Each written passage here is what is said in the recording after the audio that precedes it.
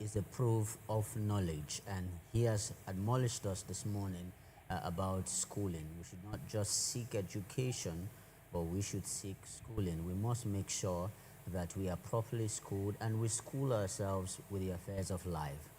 Now, with that in mind, the federal government of Nigeria has announced Nigeria at 65, all hands on deck in creating a greater nation. Now, the first question comes from that light as two people seek to get God's servant's opinion at Nigeria 65 as we celebrate the independence celebration on the 1st of October. The first person, which is Misoma, says, "Good morning, Bishop. At 65, what specific areas do you think Nigeria has made progress in, and where do we still need urgent collective efforts?" I will try not to go through there, but I'll try to start from here. What blueprint are we running with? For the past 65 years, have we been able to achieve the visions that we outlined for ourselves? It's the vision that should be our concern, not areas. If what we are running has no vision, then we'll keep looking for areas to fix. So the most important fact is Nigeria in a vision plate? If we are in a vision plate, then we are on track. If we are not in a vision plate, we'll keep looking for areas to mend. For example, if I have a vision and some expectations are not met, I'm not scared because I have a vision. But it's the vision that will meet the expectation, not me. So if there is no vision and there are expectations, it will never be met because it will be frustrating. While we are frustrated in this country, we don't really have a blueprint. You can just tell that there is no blueprint. We have manufactured blueprint, not vision-empowered blueprint. So that's the problem. So areas to fix is let's go back to our vision plate. Check the ones we have met. Check the ones we are going to meet. Check the ones we are planning to take care of. So when we do that, we will meet those areas that we are thinking is the problem of the country. And this other one is from Victor. Victor says, "Good morning, Bishop. I'm currently a student union government official in my university, and I have this great passion for young people to be in office. But I want to ask this question, if you had the opportunity to propose one bold action under this year's theme of All Hands on Deck, what would that be and why?" About the country. As I said earlier, is to review what we started with. If I am in a sector to cancel, is to review what we started with. And if I review that, that will give me a frame on what we need to do. We will be saying what we say because of what we see, but what we need is to check our print, how it is. Then from that print, we can now build definitions. From definitions, it will give us directions. From direction to structures, from structures to standards. And it is that standard that now forms the culture. And culture now forms our behavior. When behavior is achieved, systems are taken care of. So that's what I would have done if I have the privilege to do so. Now, the last question on this, Nigeria at 65. This is from Fidelis. Fidelis says, "Good morning, Daddy. I recently joined the church and I was part of your sermon where you said that you can lead this country even if for a day and get everything right. So, sir, my question would be, if you were the president for a day, how would you help the youths of this generation gain direction and transform and be part of the transformation Nigeria needs?" I talked about identity crisis. Identity crisis to me is one of the basic crises we have on the earth. People are validated by what they receive, not who they are. And that's why somebody cannot stay without a phone, because the phone validates them. Somebody cannot stay without a certain look. The looks validates them. And that's the country we are in. We are validated by certain privileges that comes to us. And that is the most destroyed picture of the earth. You don't get validated by what you have. You're validated by who you are. So one of the first things I would have done is to solve the identity crisis that we have. And how do I solve them? Is believe in yourself. Believe in yourself, believe in what you have, believe in what you are doing. These are the three things we have to handle here. Believe in yourself, believe in what you are, believe in what you are doing. As simple as the things I have just said, it's what makes America great. They believe in themselves, they believe in their product, and they believe in what they do. They believe they are the first among people. Talk like that. So when we have these three things done, because it's an internal crisis that we have, not outer crisis. If I see somebody who is always looking for things, you have identical issues, identification issues. You have that. So you are looking for support. And although that kind of mentality is what has brought us to where we are looking for support. So if we kill that support mentality and believe in ourselves and know what we can achieve, in the next 10 years or 5 years, we'll be the greatest nation on the earth. So that's the program that we need to dive into. And Nigeria will become what Nigeria is supposed to be. Thank you so much, sir. And here in the Gospel Manager, we want to wish Nigeria a happy 65th anniversary, independence anniversary in advance. Now we'll move over to the global scene. We have just one question for that, and then we'll take live questions as they come, and other questions we have received at the course of the week. Now this one says, "Good morning, Bishop. You are a man of wisdom and precision. The issue I have about the question I want to ask is how we have so poorly projected our nation, whereas these foreign nations that we seek support from have their own lapses that are very obvious to the globe. Sir, if you were to advise President Trump on the issue of their guns and licensing, which has taken so many innocent American lives, even to the public view, quite recently is the Charlie Clark guy who was recently assassinated. What would be your advice to him? And what lesson can we also draw from this, especially when you see something is killing the people, yet you have no policies to curb it?" You know, sometimes we blame the reactions. We don't blame what triggered the reaction. What triggered the reaction is the liberty of attitude. When a nation allows liberty to be free, I mean, when a nation allows character to be free, there is no control in manners. That's the problem. It's not the gun. The gun is carried by a man. The gun don't carry itself. So the gun is not effective until a man uses it. So to me, the problem of that country is there is so much liberty. Not freedom of speech. This one is freedom of attitude. People can do whatever they want. How does it sound that a child reports his parents to the police? That's the liberty of character that they have. So if you can allow that, so you can see what you are seeing. And so if we want to stop that, we have to get back to the control of character.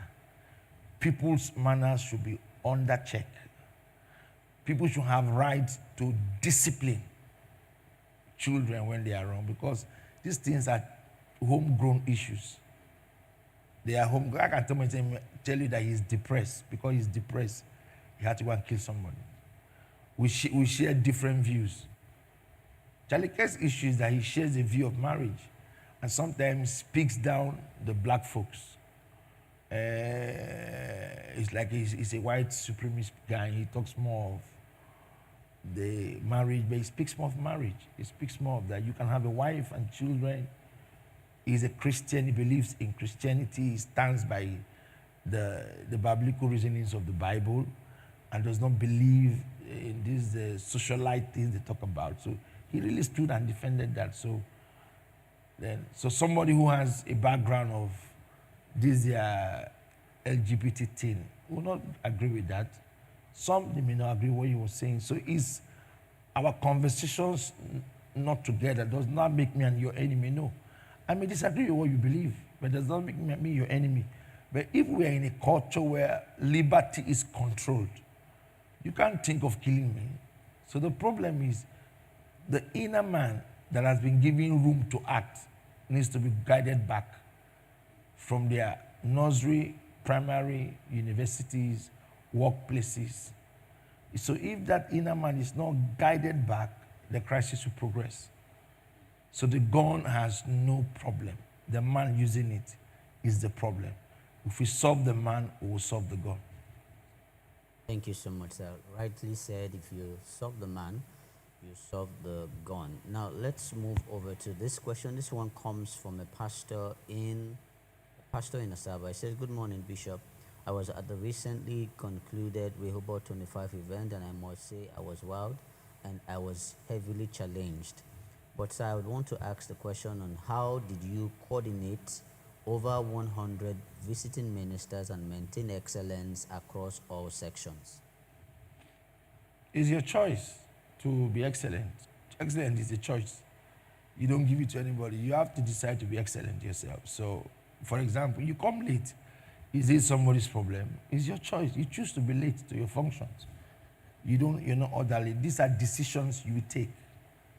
So excellence is the choice you make for yourself and fight to do things the way they are supposed to be done. Don't just do things. I've always said to everybody who is privileged, but don't just do anything. Just do it the way it's supposed to be done. I have to be in a function for 7, be there for 6:30 and sit down and wait for time.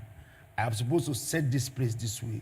Set it the way that whoever sees it will appreciate that somebody set it. So the choice of excellence is in your hands.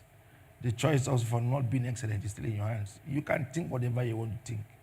But doing things right and doing them when you are supposed to do them gratifies you. And that's the thing people don't know, that anytime you do things well, it adds to you, not to the system that you helped.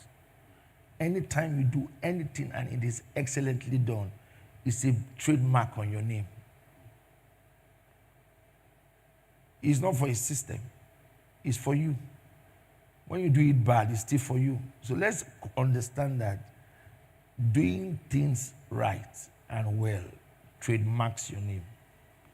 And the more you keep doing things like that, you will know the day that recommendations will come from afar. How did Joseph get to the throne? It's simple. He did something right in his system where he belonged. So when they needed help in a superior place, somebody who saw him recommended him. And that's what we shouldn't forget. When you stay in a system, do your best to be excellent. We didn't hear that Joseph was so loved, so he was excellent. No. He just did his job. He was just there and was an extraordinary guy and ended up becoming the leader of everybody. So I have made a choice to make sure that anything I touch should be done well. It's my decision I took. I sat and I told myself, I will always do things excellently well. It takes a lot of pride to do that, but I enjoy doing it well. You can't come and talk to me anyhow, because I won't give you room for that. When I'm through, you think I own the thing, because I believe that life is ownership. Own anything you are asked to do, own it. Don't do it as if it's not your own. Own everything. If you want to help somebody, help the person. If you want to advise, advise. If you want to give, give. Anything you are doing, own it. Those are the records you keep that life cannot. So the man of God should just understand that. It's very simple. It's a decision I took, and that's what is being expressed. So that means this thing about excellence, I believe this is how many people have been viewing it, including myself. This thing about excellence is not a thing about being professional, No, but having a decision. it's a decision. If it's a professional thing, then everybody should have excellence. So some people have been trained, but they don't have it because it's the decision you take that aids your actions. So take a decision to do certain things well. And so that's why you see some people get angry. It's not anger because they are offended over people. They just don't like the way people do things because somebody is not doing something right. I will be irritated when I see you do things like that. Just do it well. Do it well.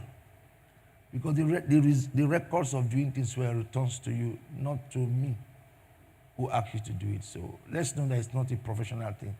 It's a decision thing, please. This is one of the reasons why Gospel Manager is here to broaden our understanding about the basic things that we feel ought to be, whereas we're not getting the propounded results from it. For example, we may feel that the reason why it may not be as excellent as should be, maybe because we don't have the required skill or resources to achieve it, but the little way you can, if you make a decision to make things excellently, even those who are professionals could be shocked at the level of output that you bring out, especially when you've made the decision to be excellent in all that. And we want to say thank you to God's servant for that. Now, the next question, also, this is from a pastor.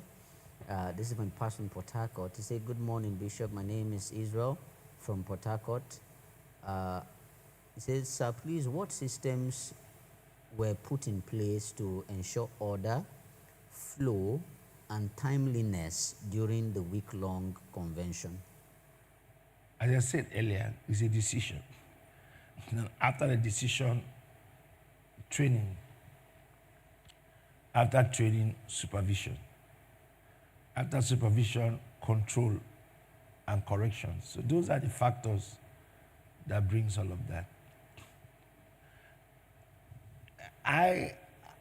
I saw so many errors in the process, which I frown at. Though it's excellent, but that's not what I wanted. Though the man who views from outside is great, but to me, the people made a lot of mistakes. Because, you see, you can't really be achieved or be an achiever if you think things can just be done as they are. That's why I keep saying to people, you don't live your life the way that you feel you don't have a choice to make things go better. That's the way the people are. They don't do things well, so you accept it. It is a standard that brings people to it. People don't bring standard. You create a standard, and people come and meet it. And it's what they meet, they will follow. So I have a standard, and I am striving to make sure people see it. And you must see it. Sometimes it's looking as if it's personal, but it's not personal. I don't have anything to do with you. It's just that standard I want you to see. Because if we get it, you become an admirable person. If we get it, people who cannot reach me will begin to reach you and desire that you come talk to them. But they will not know that you resisted it. Are you getting what I'm saying right now? You resisted every bit of what I was trying to teach you. So that fellow should know that it's just a standard, and then I've encircled that standard to a behavior. And so conducting those sectors will not be a problem. It's difficult for the man who sits. Me, is as easy as anything. Because that's my system. So I can do it peacefully, without struggle. So get the standard. From that standard, you structure yourself, and it will flow as it's flowing around me. Thank you so much, sir. Now, the last question on this, I'm not sure I understand the question, but I'm glad the question is not for me. says, "Good morning, Bishop. I am so overwhelmed with the Rehoboth Convention levels above. Indeed, we are all going levels above. But, sir, please, how did you balance spiritual depth with organizational excellence in Rehoboth 2025 levels above?" As I said earlier, I started taking the decision to coordinate that program in February. I did all my write-up in February. Then started reviewing them. They passed to the people that I need to pass to immediately in March. Then by June, I started getting the response. I started following up the response. So active details and actions don't end in error. Active details and actions don't end in error. So if you want to do well, you must know what you are doing. And that's why when I keep talking, leaders don't know. They don't know. And you are saying it. And you're not looking at how poor you are in your mind. You don't know. So who will know? Because you are the one to see what others don't see.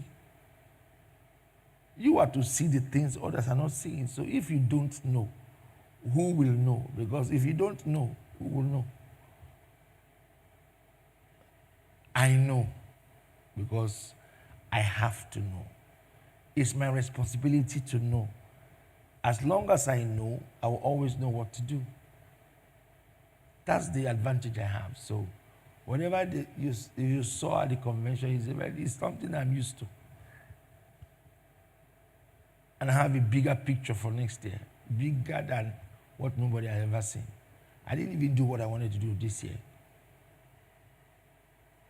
It's simple. You want to do, if you want to be outstanding in life, you must prepare for it. Well, the common life everybody is living here. You must make your choice to live that kind of life. You are outstanding with life. Let me say this to you. The choices of being chosen is not because you beg for it, because you live for that time. You live for it. Men will not love you, but men cannot avoid you. They know you have something they don't have.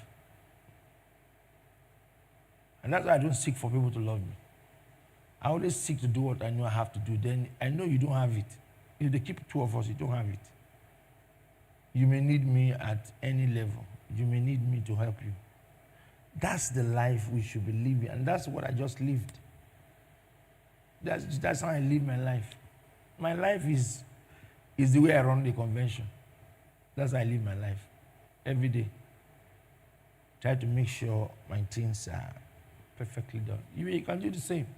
Sit down, think, write, pattern, and you can do even better than me. More better than I do, 100%, because I'm a human being, so I have limitations. You can outpace me if you make a choice to do well for yourself. Thank you so much, sir. Okay, now we'll take this other question, and this is from another pastor, but this is not relating to the gospel, to Rehoboth 25. This one says, "Good morning, Bishop. Sir, please, I have struggled with this for a long time. I just need a spiritual direction on this." It says, "Sir, please, what is the balance between spiritual gifts and character in building lasting impact? And sir, how can we young ministers avoid burnout while serving God passionately?" Spiritual gift is your resources. Character is the control of that resources. So if you don't have control, you can't succeed with the gift. So character is the reason for your growth. The gift is the empowerment. Character is the enforcement of your growth. So you can't be talking of burnout as a young pastor. What are you? Burnout, burn up, burn. You're a young pastor, you've not seen anything. Burn, walk. The word young pastor just tells me you need to do more for yourself. So the question of burnout should not even come. You've not seen anything. People like Oyedipo, they are still building churches. You're talking of burnout. Of what? What have you seen?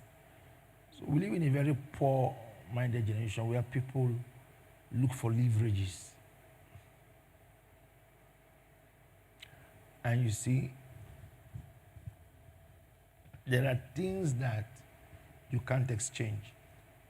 If you like, create all the machines in this life, you can't exchange them. And that one is the normal foundation of the man's brain. You have to use it yourself. No machine can use the brain for you. And that's where work comes in. No matter how life is becoming easier, we have to use our phones. You can put a meal on a certain box and it gets it ready for a few minutes. Everything is becoming easier. Man is becoming very, very less documentative. And at the same time, the brain cannot replace the machine. So it tells you that there are certain things in life that you must do yourself. So as a young pastor, you should be looking at Paino Kadebo, you should still traveling to Brazil for crusade. Kumi is still doing crusade. Oyede was still building one of the biggest churches on the earth. Then you're talking about burnout. And that's a very unguided Christian. Talk about what will I do to match up to what these fathers are doing. That should be the question. Because your future is already seen. Those are our futures ahead of us there. So if you don't want to walk like them, then it's clear that you're not going anywhere. You can say anything you want to say. You can want to think smart. That's your business. But if you don't have references like that to follow, then you don't have a future. You don't have. So let that fellow go back and keep looking at those men. And know that burnout is not a story to be told now. When he's gotten to that level and he's still alive, then you cannot start talking of burnout. Right now, it's walk, burn off, burn. Let him keep burning. Keep his midnight alive. Read books. Walk until his body tells him you are walking. Thank you. Thank you so much, sir. Now, concerning the first question the person asked, not just for ministry, but I want to see how we could merge it to other areas of life, and that's talking about we have so many people, especially the younger people, who have gifts, whether spiritual gifts or natural gifts, but lack character. How can they? Because one of the reasons why there's an abuse of gifts is because people are not paying attention to the character to sustain it, like you said. They're paying more attention to the gifts, pushing it, especially in the media box, to make money from it. The problem is not the gift, as I earlier said. For example, you heard a message being preached. You went for an entrepreneurship class, and the person spoke about how much money he makes in a day. And then you now get up and said, I can do 16 jobs in a day. You see, but the person that said that did not teach you his sacrifice. You didn't know that there were sacrifices paid before that privilege opened itself. And that is the question that you did not ask. Rather, you want to do 20 jobs. But you did not know that it took a lot of decision and sacrifices and separation to achieve those things. So our problem is we hear wrongly. We hear to satisfy how we think. The average man hears to satisfy himself. Does not hear to progress himself. And it's dangerous when you only hear to satisfy yourself. You just hear to satisfy yourself. When you hear things, they don't go well with you, you are angry. Even when it is the truth said to you, because the thing came in a way that you didn't expect it, you get offended. So even when the person who came to tell you has an intention to change you, because it came the way you don't want it, it becomes an offensive thing. So the problem is that our hearing culture is poor. We are hearing that, so that means this thing I'm doing, I can make more money from it. That's not what we were taught. You were taught sacrifice. If somebody say, I'm making 50 billion every month, check the sacrifice that was paid to make that money. So the gift is not a problem. It's this thing of hearing. That's our problem. We are not hearing right. So as long as a man does not hear right, he will even feel he's doing you a favor. You even feel you're wasting his time. I don't know. The hearing is a problem. So if we want to solve, let us solve how we hear. And until you solve how you hear, you will become a victim of your own ambition. Because gifts don't make men. Gifts don't, there's no man who's gift. If gift make men, taxi will not be poor today. Taxi will not be looking for food to eat. So it is not the gift. It is the management of the man's mind. How managed are you? If you can't manage yourself, who managed you? And how do you hear? Remember, money is not coming because you work for it. It's coming because you managed yourself. Money comes to people who manage themselves. It's not because you want money. Money goes to people who manage themselves. A wealthy spoiled kid can become a wealthy poor kid in the future because the privilege was there, but management becomes a problem. And as long as management becomes a problem, he will end up very poor. So if money was the problem, why is he poor? The man who received the money is the problem. Why are all your friends the rich people? Because you don't have self-control of yourself. Why are you behaving like somebody who does not have guide? It's because that's your decision. You like to just make sure you are close to people who will aid you. That's why you're keeping this relationship. To me, you don't need to do all of that. Manage yourself. I prefer to sleep on the floor than on a good bed. And I don't have direction. Or I don't have self-control. I can't manage myself, but I have everything given to me. But I cannot manage my emotions right. That's a bomb about to explode. So if your gift will work, then you must manage yourself to allow that gift. And every gift have timing and season. For you to get to the time where the gift will shine, you must first of all develop the sacrifice that comes with that gift. The price that needs to be paid must be paid. You can't escape it. If you don't want to pay the price of that gift, then forget the shining on. The gift will only shine when the price has been paid. If you don't pay the price, that gift will never shine. Because money does not make the gift to shine. It is the sacrifices paid that makes the gift to shine. Thank you so much, sir. Now, that is a very good expository to everyone who genuinely listens to God's servant. It's an eye-opener for us. Like he said, gifts don't make men.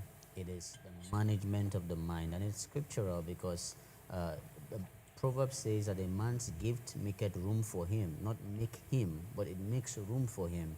And in Romans 12 and verse 2, it said, do not be conformed to this world, but be transformed by the renewing of your mind. And that's where your making begins. We're so grateful to God's servant for this platform and also for sharing these great thoughts with us this morning.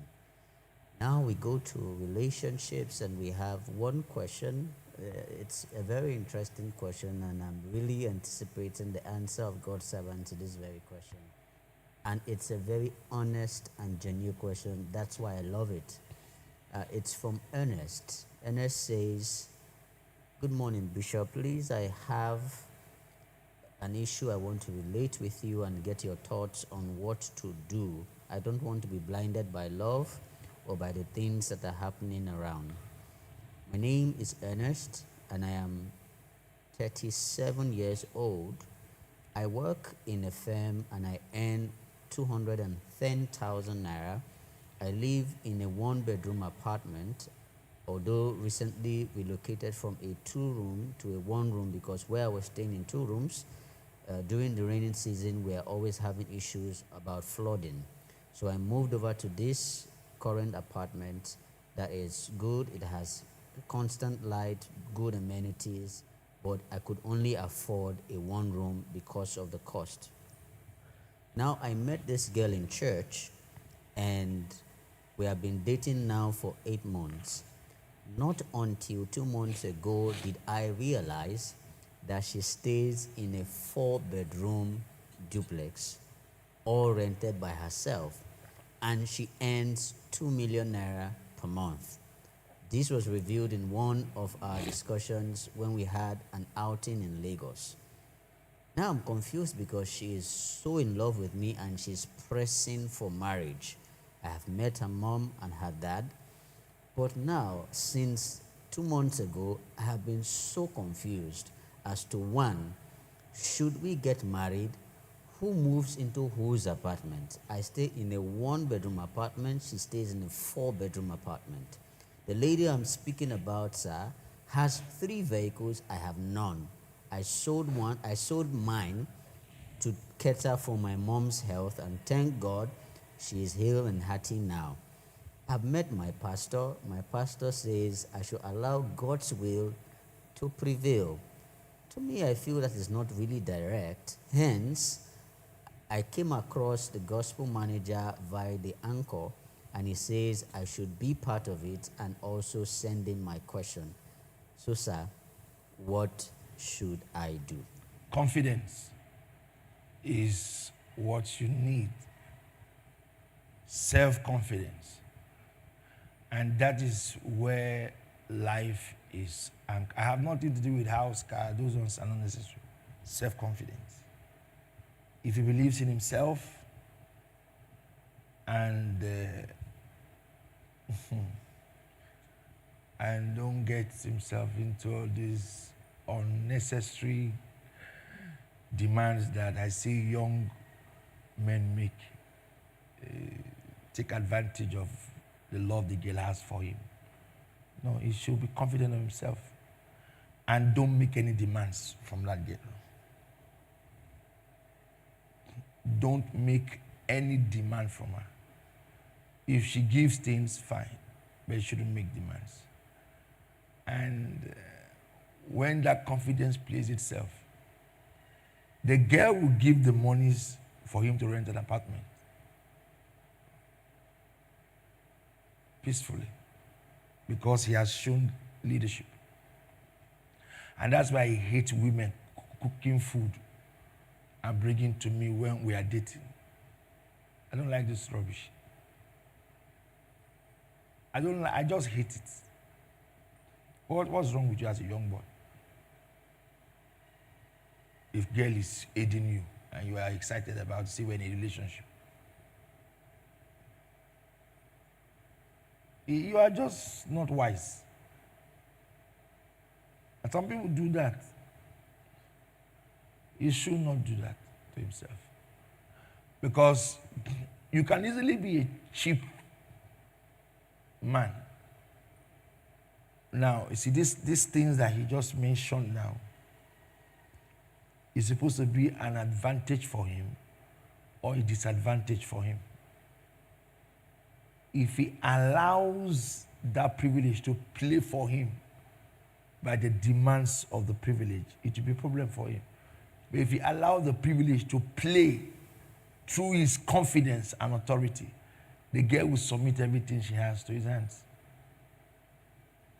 To his hands. So the girl will go out. The girl will crave for him to lead her.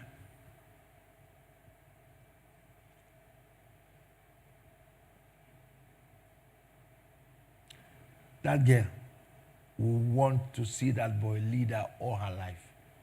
It's simple. Believe in yourself. Believe that what you earn is more than what she has. Be confident when you speak about what you do and where you are. Don't feel less. And if you go anywhere, don't feel less. Be yourself. Just be yourself. And simple. That guy is in a very good, privileged platform because love is what brought them. It's a good thing. Let him be confident of himself. Forget about those things. 2 million, what was that? What was that? Car, what was that? Is it not a human being that drives the car?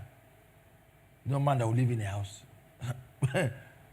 Is it not somebody that will drive the car? Simple. Be the man who will conduct things. There's something you have that she does not have. Give it to her. Give what she does not have. And then she will never in her life tell you, after all, I earn more than you. No. When a woman says that, you are the cause. If a woman tells you she earns more than you, you are the cause. You caused it.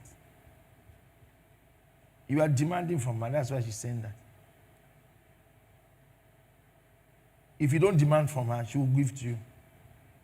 And when she gives to you, she'll be doing it because she feels you deserve to have more than her. I know men don't know these things.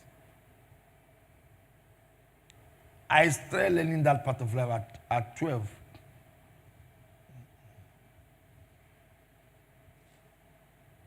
I'm not taking, I don't take things from those sects. I don't.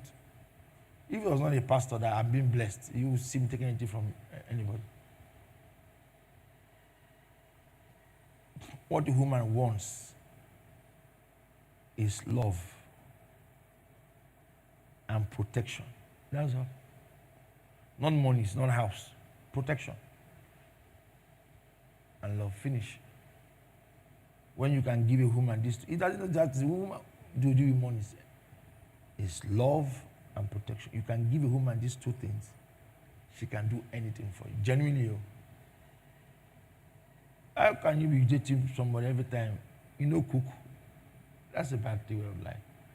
I have a need of money. You are a Casanova. You are not responsible. So if he can handle that, and when he sits with her, he's not seeing what she earns and where she lives. He's seeing a girl that he's going out with and he wants to marry. Then he should be giving instructions. This is how we're going to go. This is my plan for life. Don't talk about what they have. And then you know what the girl will do. He's not afraid of what I have. And he does not need it. As long as he does not need it and he's not afraid, I can submit it to him. But when you start getting scared of what she has and who she is, you already failed as a man.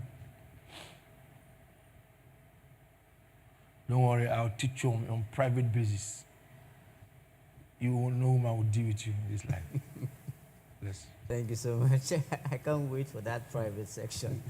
But before then, forgive my curiosity, sir, in adding this question to this one. I know you have taught us, and one of the things we enjoy is your earnest view about life, especially to us who are young and who are tied to you. Now, my question in this is, you taught us some time ago, and using two women as a case study, and that was Ngozi Okonjo-Iweala and the current GMD and CEO of Zenith Bank. Now, those are women who have a lot of men under their control subordinates. But what you were trying to point in that teaching, whilst you were teaching us, was they have the support of their husbands. Now, in this case, would we also, I know you've talked about the confidence, which is good, which I believe will hold the relationship.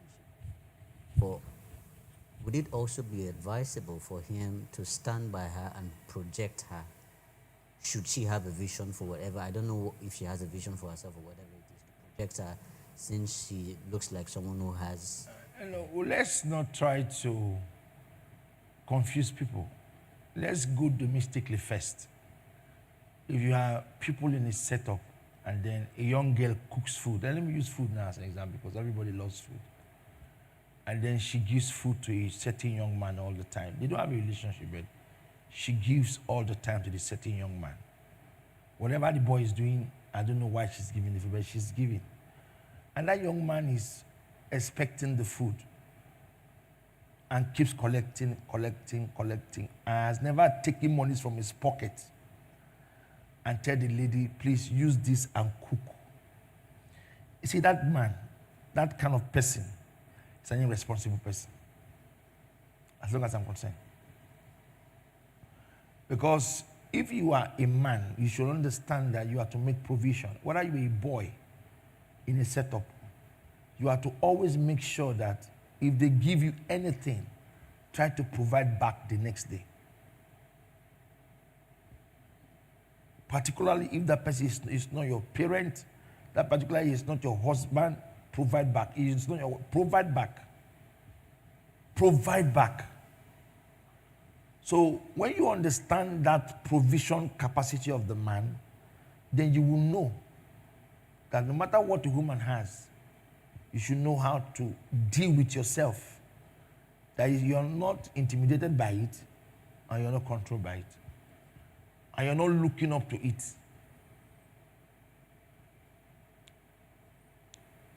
You are satisfied with what you provide. It's your culture that is the problem here, not money. It's the way you behave. So what you see those ladies express, they have confident husbands who are not challenged by growth. And the women too, they are reasonable ladies who are not allowing growth to influence their husband negatively. Because these are two things. I can be very successful, but use the success against my wife. I can also be successful and use success to elevate my wife. And a woman can be successful and use it against her husband. She can also be successful and use the success to give the husband so much rest. So it's here. Everything about man is here. Everything about you is the way you think. If you think healthy, it will show. I talked about perception yesterday. The way you see things is the way you're going to act on them. Some people don't act right. Some people are so entitled to a lot of things. Why didn't they do this to me? Why didn't they do this to me? And they stay offended. And that's the problem of some marriages today. This entitlement thing. Why? So when we clear off all of those excuses we give to ourselves and try to know that marriage is partnership. I'm in your life to do just one thing, to improve it. That's the reason why I'm in your life, is to improve your life. And for the man, no matter how much money a woman has, give to the woman yourself too. If she loves you so much, she gives you money, she does a lot of things for you, thank God for that kind of a woman who can buy things for you, who can give you. You have an advantage. But don't fold your hands and say, my woman loves me so much, so she buys for me. When you have monies, buy for that woman. Provide the things you need to provide for. Sometimes go the extreme mile to do certain things for that person. Because that person is showing you what marriage can provide. It's marriage. Some women are aiding their families, but you don't know. They project their husbands. It's marriage. So, but today's woman is just, today's man is too lazy in the mind, not hands, lazy here. They are authoritative, not confident. They are weaklings. It's just the way, some men are too weak. The way I see some, and that comes with a lot of training and observation and learning. Then you will achieve a lot with yourself. Thank you so much, sir. Now we'll take the last question for today's episode. And this one is from Mark from Lagos. It says, good morning, sir. My name is Mark from Lagos.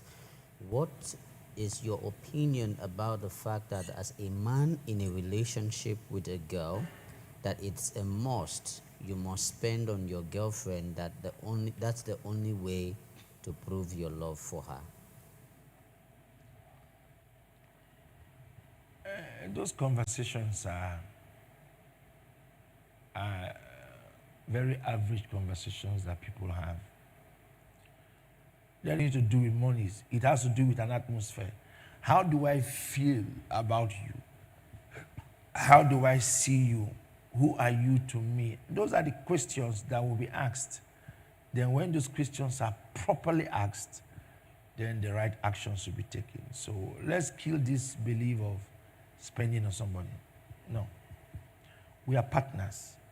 how do we relate with ourselves? That's the first thing. Because I am not a street girl that you picked so you can give monies for short time. No.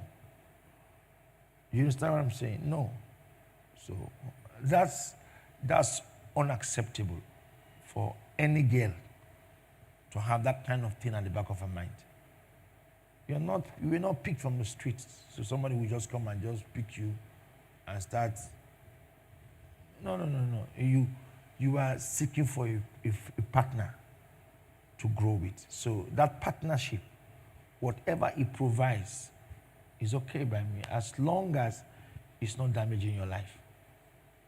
That's all I have to say. So let us go away from looking for who to who to give to us, rather than looking for who to care for us. No, look for who to grow with you.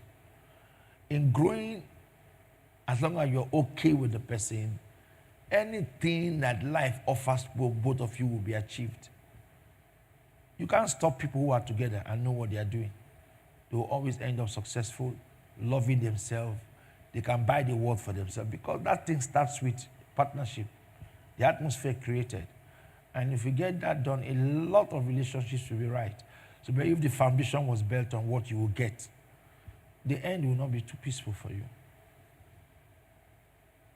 So much, and that's where we come to a close of today's episode. Such an amazing time, so many things to take home from.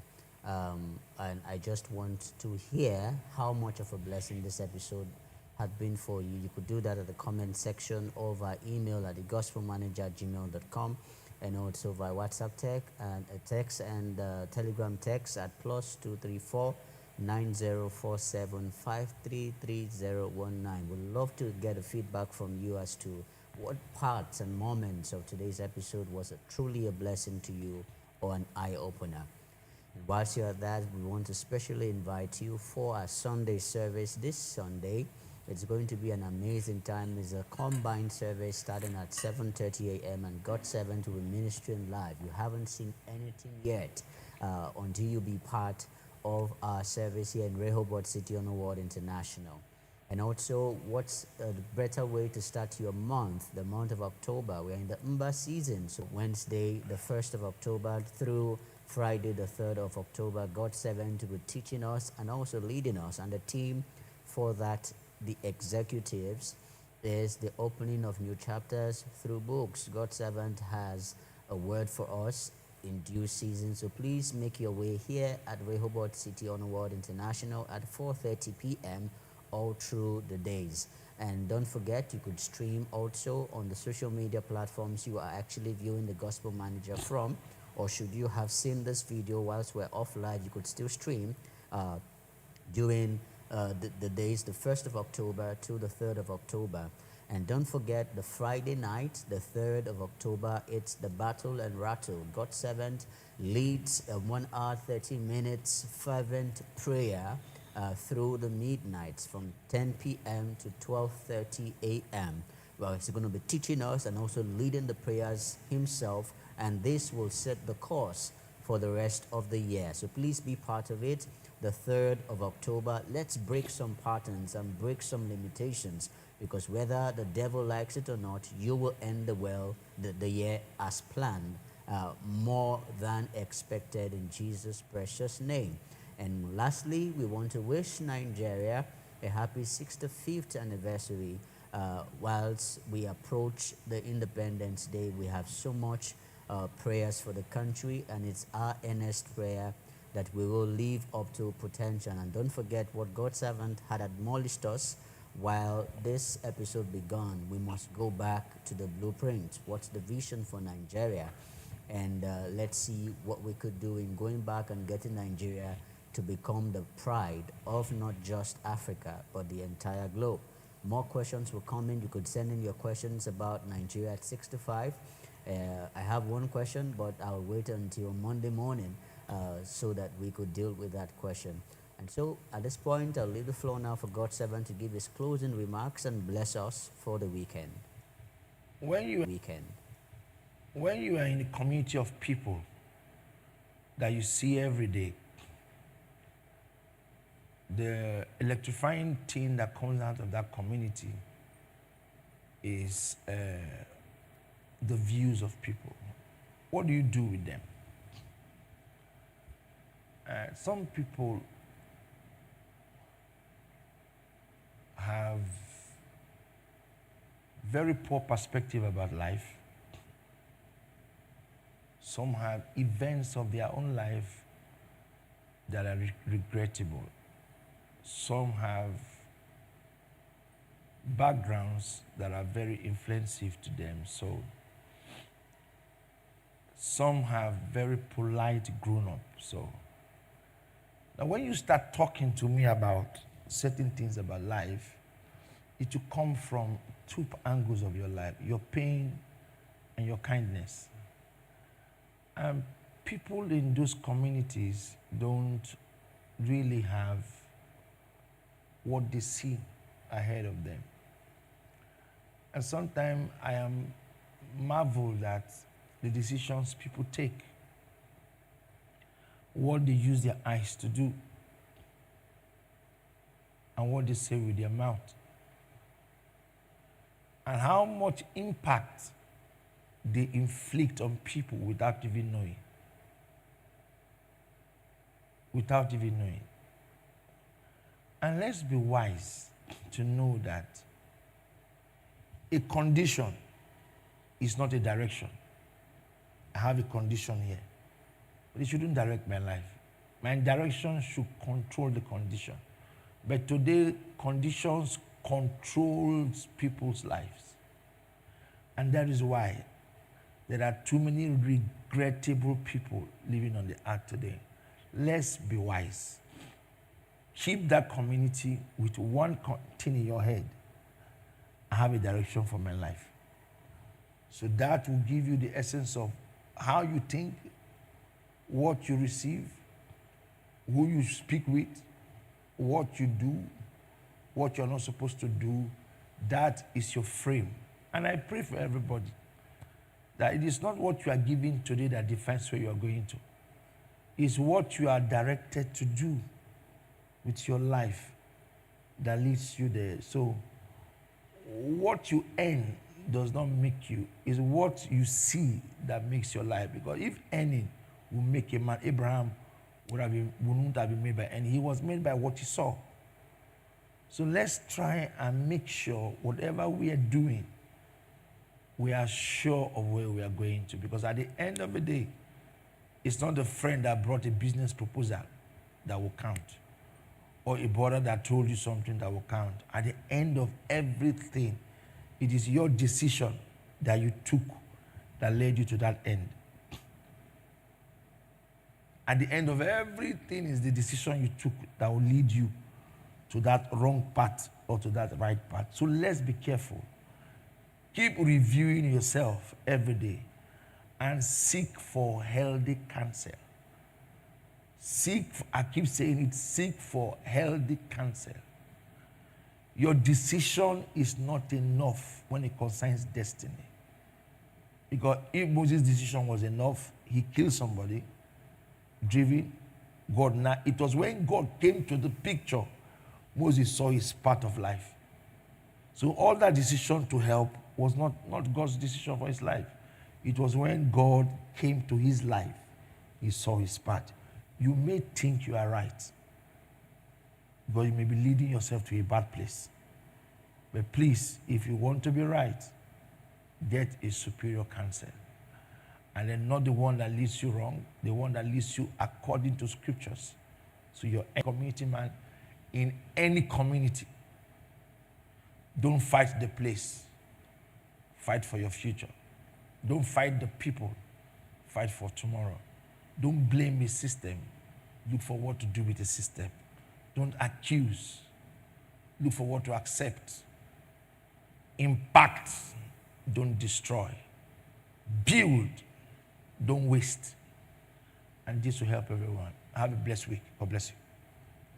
Such a way to end today's episode. Like God's servant said, do not fight the place. If not, you will be replaced. But defend the place and you will take your place. This is why we say here in Gospel Manager Live, is beautiful, and you, my friend, you could handle it. See you on Monday at 7 a.m. when Gospel Manager returns. Have a blessed weekend. God bless you.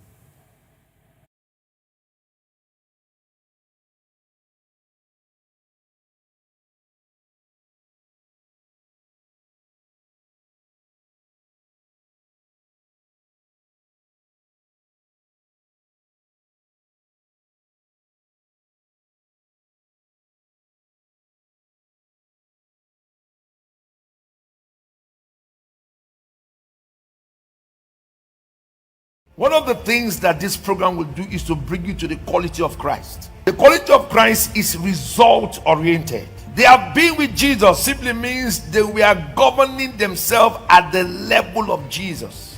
They were not seen as servants of Jesus. They were seen like men operating at the class of Jesus Christ.